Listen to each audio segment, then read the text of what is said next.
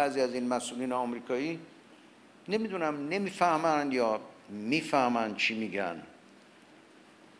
مثلا میگن ما نمیذاریم ایران نفت صادر کنه. حتما نمیفهمن چی میگن. من شک ندارم نمیفهمن. یه آدمی که سیاست بلد باشه این حرف رو نمیزنه. بعدم ما میگیم اگر نفت ما صادر نشه، نفت کسی صادر نمیشه، میگن تنگه هرمز. نه بابا، اون ساده شه، شما دیدید خیلی چیزهای دیگه داریم. تنگه هرمز نیست، خیلی تنگه های دیگه هست، شما یکیش خبر دارید. امکان داره که ایران، میگن ایران نمیذاریم یه قطره نفت صادر کنه. یعنی ایران اینقدر ضعیفه؟ کجا هستید شما؟ چی فکر میکنید؟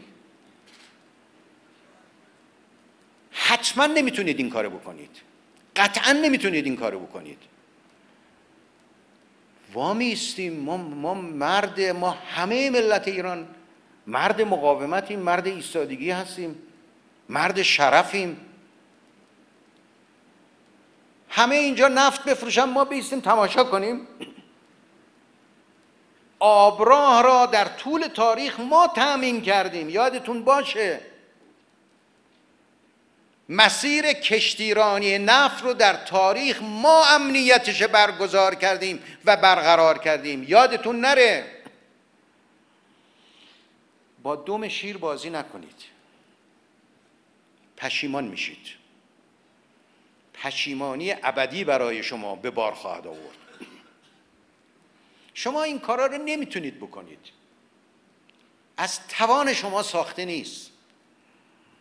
شما نمیتونید ملت ایران را علیه منافع ایران بسیج کنید، این کار شما نیست. ملت ایران منافع خودش رو میفهمه و برای منافع خودش فداکاری میکنه، شما بدونید. شما نمیتونید ملت ایران را علیه امنیت ایران بسیج کنید، شما اشتباه میکنید. شما ضدیتتون رو با ملت ایران به وضوح نشون دادید.